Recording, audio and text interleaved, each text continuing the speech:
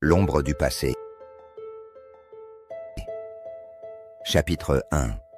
Le retour. Clara avait quitté son village natal, Val d'Or, il y a 10 ans pour poursuivre ses études en art à Paris. Bien que la ville lumière l'ait accueillie à bras ouverts, un vide persistait dans son cœur lorsqu'elle reçut un appel de sa mère lui annonçant la mort de son père. Elle sut qu'il était temps de revenir. Les souvenirs de son enfance et l'ombre de son passé la hantaient, mais elle savait qu'elle devait affronter cette réalité. Au moment où elle revint à Val d'Or, une pluie fine tombait, rendant l'atmosphère encore plus mélancolique.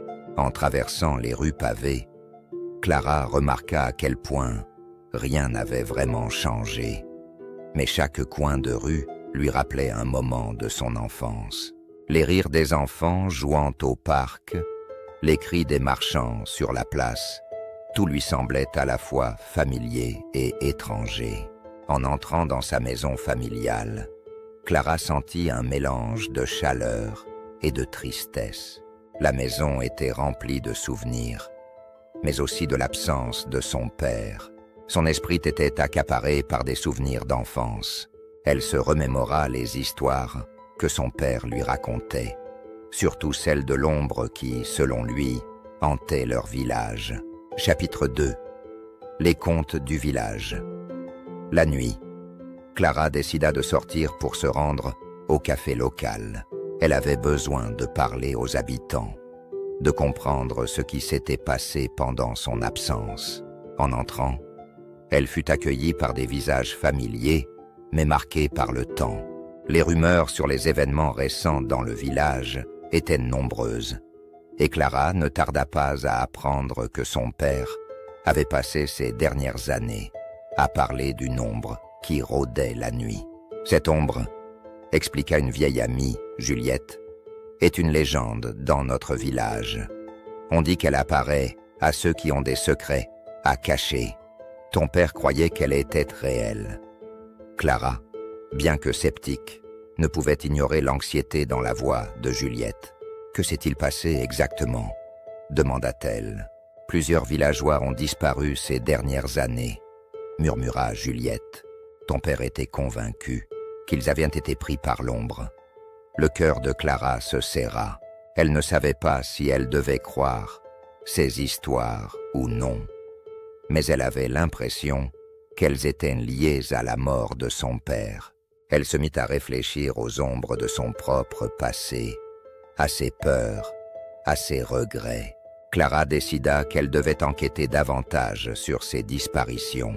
Chapitre 3. La découverte. Le lendemain matin, elle se dirigea vers la bibliothèque du village. Elle y trouva des archives anciennes, des coupures de presse sur les disparitions mystérieuses. Chaque article mentionnait un lien avec des histoires d'ombre, de peur et de secrets. Clara passa des heures à fouiller dans ces documents, fascinée par les récits. Soudain, elle tomba sur un journal intime, caché entre 2 livres. Les pages étaient jaunies par le temps, mais l'écriture était toujours lisible. Il appartenait à une jeune femme qui avait disparu il y a des décennies. Dans ses écrits, elle parlait d'un amour interdit, d'un secret qui l'avait poussée à fuir. Clara était captivée. Les mots de la jeune femme résonnaient avec ses propres sentiments. Elle était attirée par l'histoire, mais il y avait aussi un sentiment de danger. En continuant sa lecture, elle découvrit une mention d'un rendez-vous dans la forêt, près de leur village, un lieu où l'ombre était censée apparaître. Chapitre 4. La forêt des secrets. La nuit suivante, Clara décida d'explorer la forêt. Elle savait que c'était risqué, mais elle était déterminée à découvrir la vérité sur l'ombre et les disparitions. Armée d'une lampe torche, elle pénétra dans la forêt, l'obscurité l'enveloppant progressivement. Les arbres semblaient murmurer, leurs branches tordues, formant des ombres étranges.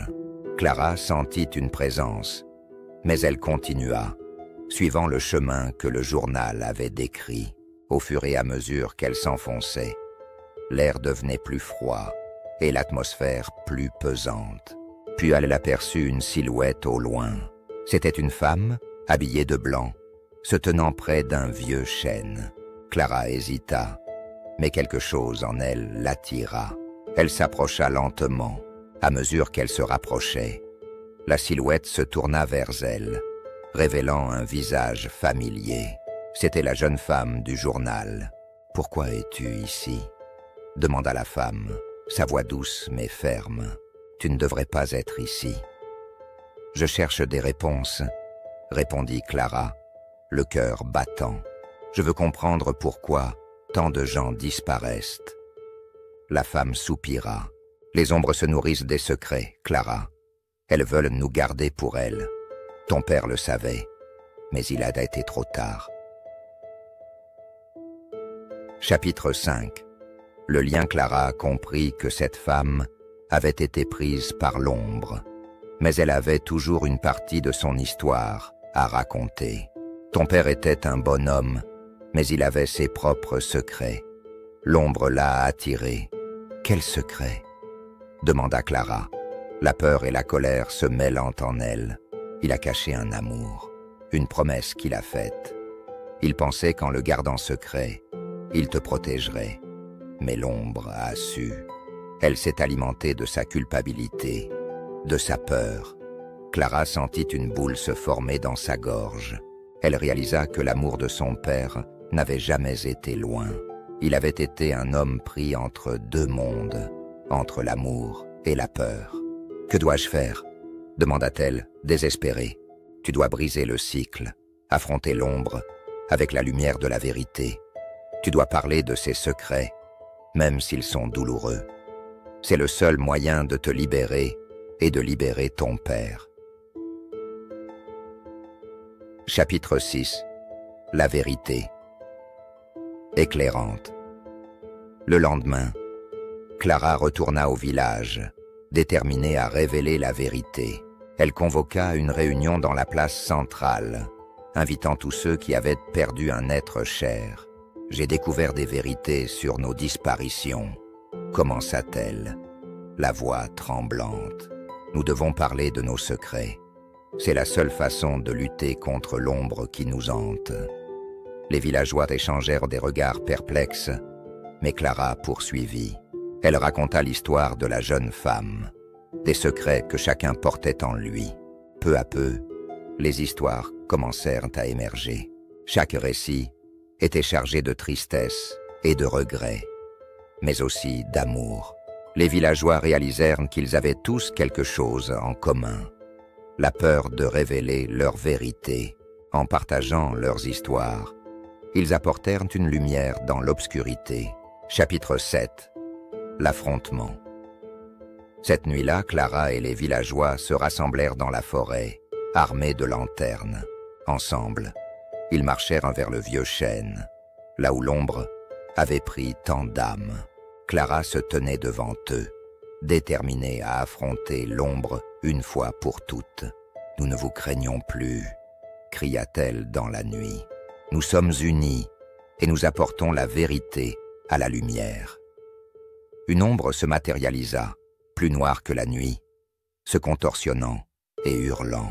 Clara sentit son cœur battre plus vite, mais elle ne recula pas. Elle savait que l'ombre se nourrissait de la peur, et elle ne lui laisserait plus ce pouvoir. Les villageois se tinrent ensemble, leurs lanternes illuminant le chemin. Clara s'avança, portant la lumière du passé dans son cœur. « Mon père n'a pas disparu dans la honte », déclara-t-elle. « Il a aimé, et c'est cet amour qui doit être célébré. » À cet instant, l'ombre hésita, vacillant comme une flamme. Clara sentit la présence de son père, un sentiment d'amour émanant d'elle. « Je te libère, père », murmura-t-elle. Chapitre 8. La renaissance. Avec ces mots, l'ombre se dissipa lentement, laissant place à une lumière éclatante. Les villageois sentirent un soulagement, comme si un poids avait été enlevée. Clara s'effondra, épuisée mais remplie d'un sentiment de paix. Le lendemain matin, la lumière du soleil pénétra dans la forêt, et le village s'éveilla à une nouvelle eau. Oh bene, mon mère. Clara avait retrouvé son père, non pas physiquement, mais dans les histoires qu'elle avait partagées. Elle décida de rester à Val d'Or pour continuer à peindre, à raconter des histoires. Elle savait que l'amour, même s'il est caché, est plus puissant que la peur. Chaque nuit, elle se tenait sous le vieux chêne, se remémorant les histoires des villageois et célébrant ce qu'elle avait perdu.